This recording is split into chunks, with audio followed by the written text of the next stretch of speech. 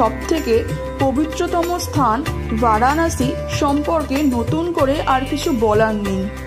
তুলসীদাসের কর্মভূমি, কাশী বিশ্বনাথ ভগবানের প্রিয় নগরী, সপ্তপুরীর মধ্যে অন্যতম, মোক্ষদায়ী ঘাটের সমাবেশ আর 12 জ্যোতির্লিঙ্গের অন্যতম একটি জ্যোতির্লিঙ্গ এইখানেই অবস্থিত।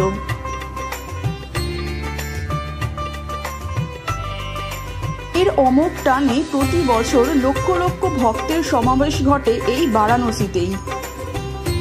এই পর্বে আমরা 4 দিন 3 রাত্রের বেনারস ভ্রমণ সম্পর্কে আলোচনা করব।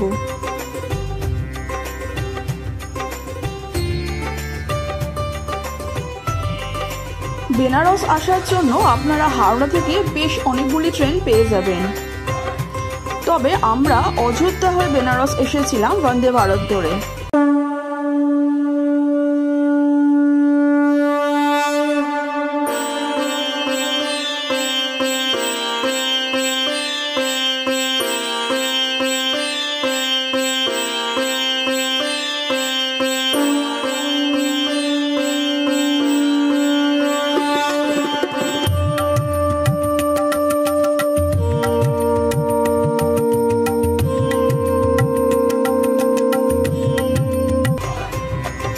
এখানে আমরা ছিলাম শ্রী আনন্দধাম হোমস্টেতে।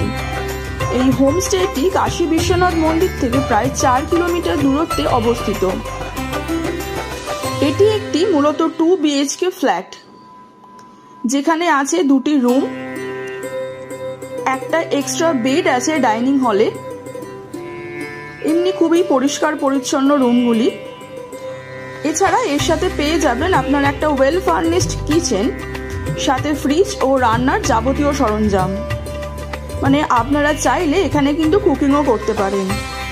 আমরা এখানে 5 দিনের জন্য রুম বুক করেছিলাম।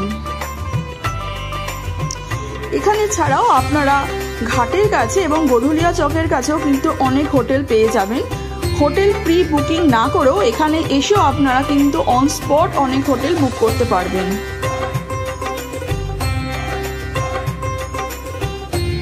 বেনারসে পৌঁছেই আমরা পরের দিন সকাল সকাল চলে গিয়েছিলাম কাশী বিশ্বনাথ বাবা দর্শনে, যেটা ছাড়া এই বেনারস ভ্রমণ কিন্তু অসম্পূর্ণ বলা যেতে পারে। এখানে নর্মাল লাইন ছাড়াও কিন্তু ভিআইপি লাইনের ব্যবস্থা আছে, জনপ্রতি 250 টাকা করে।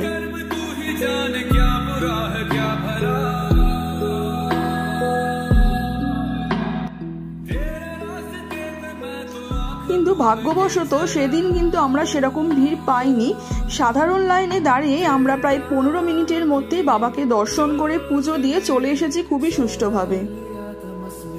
এই মন্দিরে প্রবেশ করার জন্য প্রায় 4 থেকে 5টি বিভিন্ন দিকে প্রবেশদ্বার আছে। আর এখানে মন্দিরে মানে মূল মন্দিরে প্রবেশের আগে অবশ্যই আপনাকে ব্যাগ, মোবাইল, স্মার্ট ওয়াচ এই সব কিছুই জমা রেখে বাবার মন্দিরে প্রবেশ করতে হবে। মন্দিরে প্রায় 15.5 মিটার উঁচু চূড়াটি সোনায় মোড়া। এখানে কিন্তু বাবাকে দর্শনের সাথে সাথে আপনি চাইলে পুজো দিয়ে জল ঢেলে বাবাকে স্পর্শও করতে পারেন। মূল মন্দির ছাড়াও এখানে আরো ছোটখাটো দেবদেবীর মন্দির আছে অন্নপূর্ণা মাতার মন্দিরও।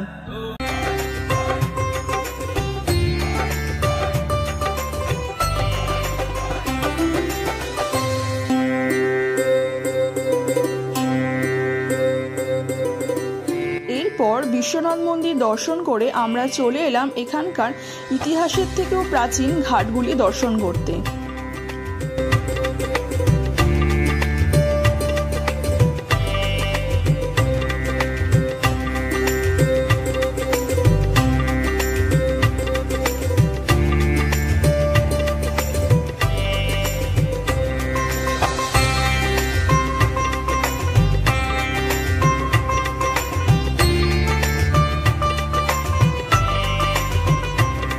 আমরা কিছু কিছু ঘাটে বেনারসের পুরনো অলিগলি ধরেই প্রায় হেঁটে পৌঁছে গেছিলাম।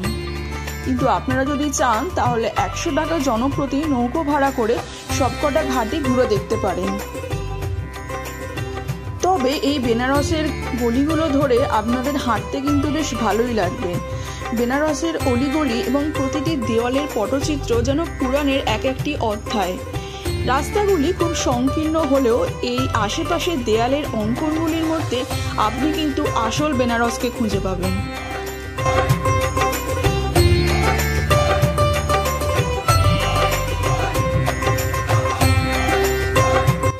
প্রথমেই আমরা চলে এসেছিলাম এখানকার সবথেকে তাৎপর্যপূর্ণ এবং ঐতিহ্যবাহী ঘাট মণিকর্ণিকা ঘাটে।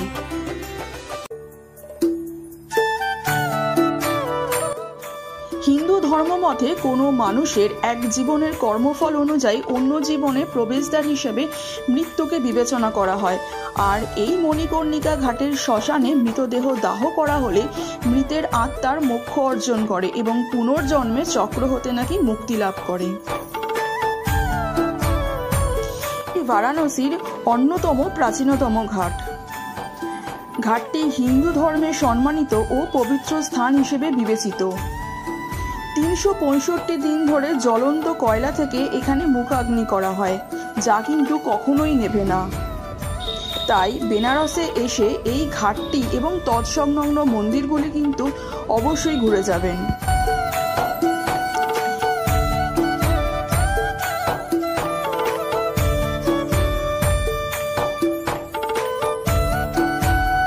এখানে দেখতে পাবেন জলের উপরে একটি মন্দির আছে, যা রত্নেশ্বর মহাদেব মন্দির বা মাতৃঋণ মন্দির নামে পরিচিত, যা নিজেই একটি বিস্ময়, কারণ মন্দিরটি প্রায় জলের মধ্যেই 9 ডিগ্রি হেলানো থাকে। মণিকর্ণিকা ঘাট দর্শন করে এরপর একে একে পৌঁছে গেছিলাম আমরা হরিশ্চন্দ্র ঘাটে, দশাশ্বমেধ ঘাটে ইত্যাদি। প্রতিটি ঘাটেরই এখানে নিজস্ব কিছু মাহাত্ম্য আছে। প্রতিটি ঘাটেই আছে কিন্তু এক বিভিন্ন রকম ইতিহাসের ছোঁয়া। দুপুরে লাঞ্চ করে আমরা বিকেলে পৌঁছে গেছিলাম দশাশ্বমেধ ঘাটের সন্ধ্যা আরতি দেখতে, যা দেখলে আপনি কিন্তু মন্ত্রমুগ্ধ হয়ে যাবেন।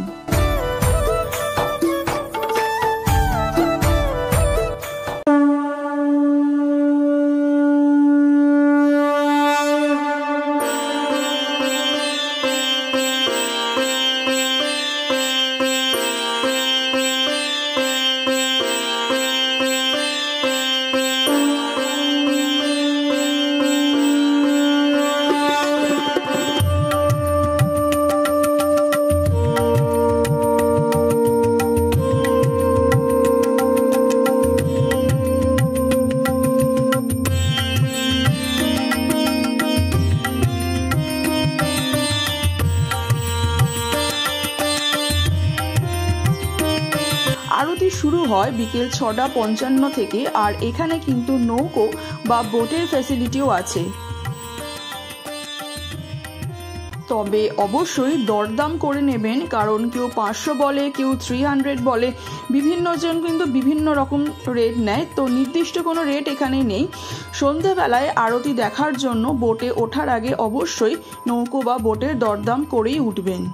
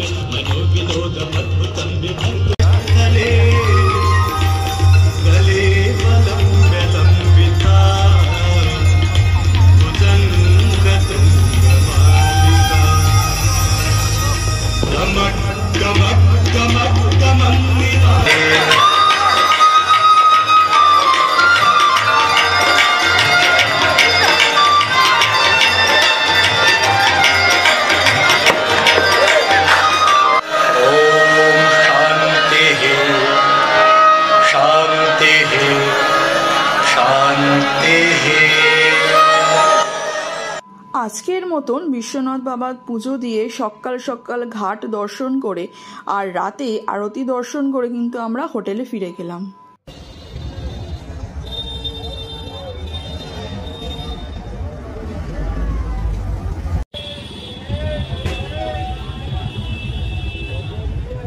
পরের দিন সকালে মানে দ্বিতীয় দিন আমরা বেরিয়ে পড়লাম এখানকার কিছু লোকাল সাইট সিন দর্শন করতে। আমরা একদিনে কিন্তু ঘুরে দেখেছিলাম সংকটমোচন হনুমান মন্দির, দুর্গা মন্দির, ত্রিদেব মন্দির, রামনগর ফোর্ট, বেনারস হিন্দু ইউনিভার্সিটি আর তার তৎসংলগ্ন বিড়লা বিশ্বনাথ মন্দির। এইগুলি ঘুরে দেখার জন্য একটি অটো রিজার্ভ করেছিলাম এবং দিনে সেটি 1500 টাকা পড়েছিল আমাদের। আজকের দিনে ভ্রমণ পর্ব শুরু করলাম আমরা সংকটমোচন হনুমানজিকেই দর্শন করে। এখানে পৌঁছেই আপনারা দেখতে পাবেন রাস্তার চারিধারে পুজো সামগ্রীর দোকান রয়েছে। আপনারা চাইলে এখান থেকে পুজো কিনে দিতে পারেন, তবে এখানেও কিন্তু লকারের ব্যবস্থা আছে। আপনাকে ব্যাগ, মোবাইল, ক্যামেরা ইত্যাদি জিনিসপত্র জমা রেখে কিন্তু ভিতরে প্রবেশ করতে হবে। এরপর হনুমান মন্দির দর্শন করে আমরা চলে এলাম মাত্র 2 মিনিট দূরত্বে অবস্থিত ত্রিদেব মন্দিরে।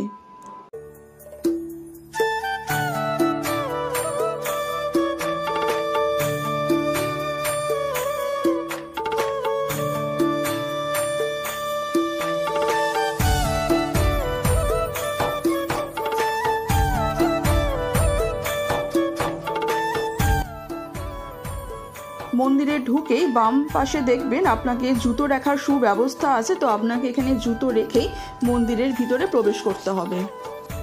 আসলে আমরা যে টাইমে প্রবেশ করেছিলাম তখন মন্দিরের গর্ভগৃহের কিন্তু পর্দা টানা ছিল, মানে মন্দির বন্ধ ছিল। কিন্তু কিছুটা অপেক্ষা করার পর প্রায় 10 মিনিট বাদে কিন্তু মন্দির খুলে যায় এবং দর্শন করে নিলাম আমরা একে একে ত্রিদেব ভগবান মানে খাটু শ্যাম বাবা, রাধাকৃষ্ণ এবং মাতাজিকে।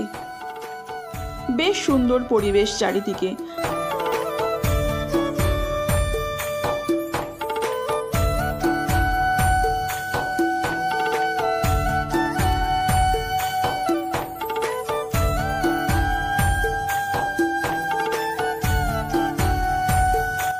আপনারা গাছের তলায় কিছুক্ষণ সময় কিন্তু এখানে খুব ভালোভাবেই কাটিয়ে নিতে পারবেন।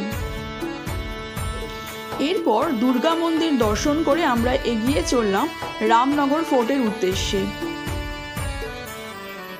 কাশী বিশ্বনাথ টেম্পল থেকে এই ফোর্টের দূরত্ব প্রায় 7.2 কিলোমিটার এবং যেতে সময় লাগবে 30 থেকে 35 মিনিট মতন। চলে এলাম ফোর্টে।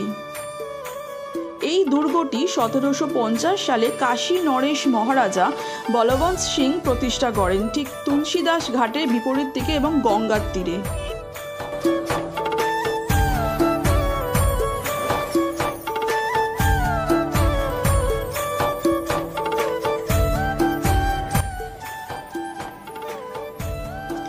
দুর্গটি হচ্ছে ক্রিম রঙের চুনার বেলে পাথর দিয়ে নির্মিত। দুর্গটি তৈরি করা হয়েছে উঁচু জমিতে, যা বন্যা স্তরের উপরে অবস্থিত। দুর্গটিতে অনেকগুলি খোদাই করা বারান্দা রয়েছে খোলা উঠান এবং প্যাভিলিয়ন। তবে কাঠামোর শুধুমাত্র একটি অংশ জনসাধারণের দেখার জন্য উন্মুক্ত, কারণ বাকি অংশটি কাশী নরেশ এবং তার পরিবারের বাসভবন। এবং এই দুর্গের অন্দরমহলে প্রবেশ করার জন্য আপনাদের জনপ্রতি 80 টাকা টিকিট কেটে প্রবেশ করতে হবে। আর এখানেও কিন্তু ফোন, মোবাইল, ক্যামেরা এছাড়া অন্যান্য জিনিসপত্র কিন্তু অ্যালাউ নয়, তাই সব কিছু আপনাদেরকে জমা রেখেই এখানে প্রবেশ করতে হবে।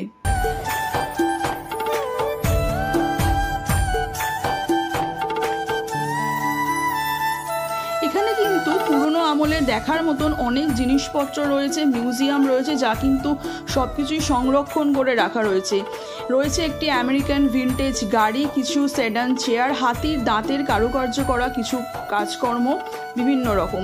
এছাড়াও রয়েছে তাদের পরিহিত পোশাক, তরোয়াল সহ একটি চিত্তাকর্ষক অস্ত্রাগার, আফ্রিকা, বার্মা এবং জাপানের পুরনো বন্দুকগুলো দিয়ে তৈরি হাতির জিন রয়েছে এখানে। আপনারা কিন্তু এখানে ঢুকে বেশ ভালোই মনোরম পরিবেশ অনুভব করতে পারবেন।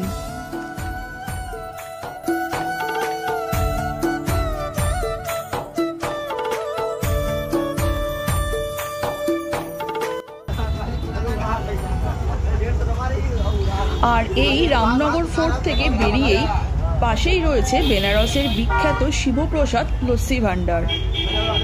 রাবড়ি মালাই দিয়ে নির্মিত এই লস্যিটি কিন্তু অসাধারণ। তাই এই ফোর্টে এলে বা বেনারসে এলে একবার কিন্তু এই লস্যিটি খেয়ে যাবেন। এই স্বাদ কিন্তু সত্যি কথা বলতে মুখে লেগে থাকার মতন।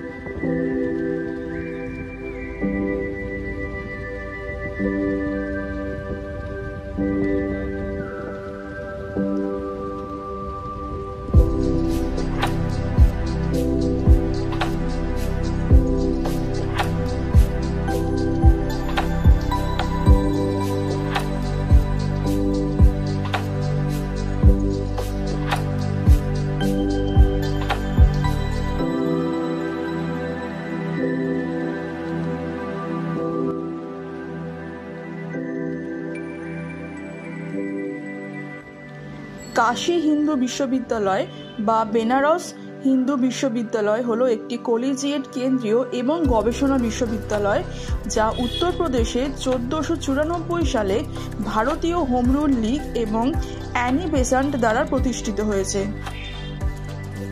এটি একটি কেন্দ্রীয় বিশ্ববিদ্যালয় এবং একটি আন্তর্জাতিক মানের ভারতীয় শিক্ষা প্রতিষ্ঠানগুলির মধ্যে অন্যতম।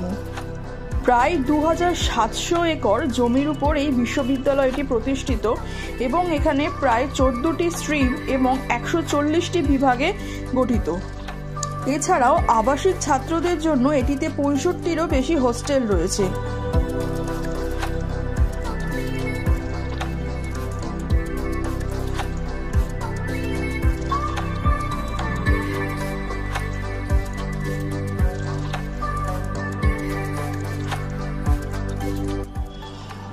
এই বিএজিও ক্যাম্পাসের বিশিষ্ট ল্যান্ডমার্ক হলো এখানে শ্রী বিশ্বনাথ মন্দির, যা বিড়লা বিশ্বনাথ মন্দির নামেও খ্যাত এবং যেটি হচ্ছে এই ক্যাম্পাসের কেন্দ্রে কিন্তু অবস্থিত।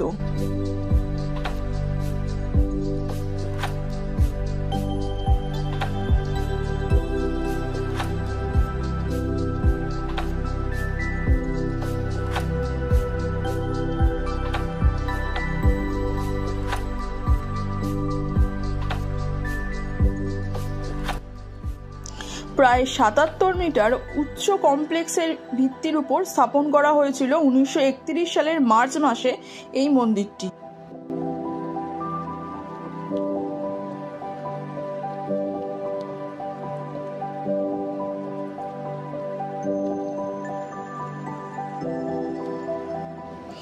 যদিও শ্রী বিশ্বনাথ মন্দিরটি প্রাথমিকভাবে শিবের উদ্দেশ্যে উৎসর্গীকৃত, তবে এটি মন্দিরের মধ্যে 9টি মন্দির দ্বারা গঠিত এবং এটি সমস্ত বর্ণ, ধর্ম এবং ধর্মীয় বিশ্বাসের মানুষের জন্য উন্মুক্ত।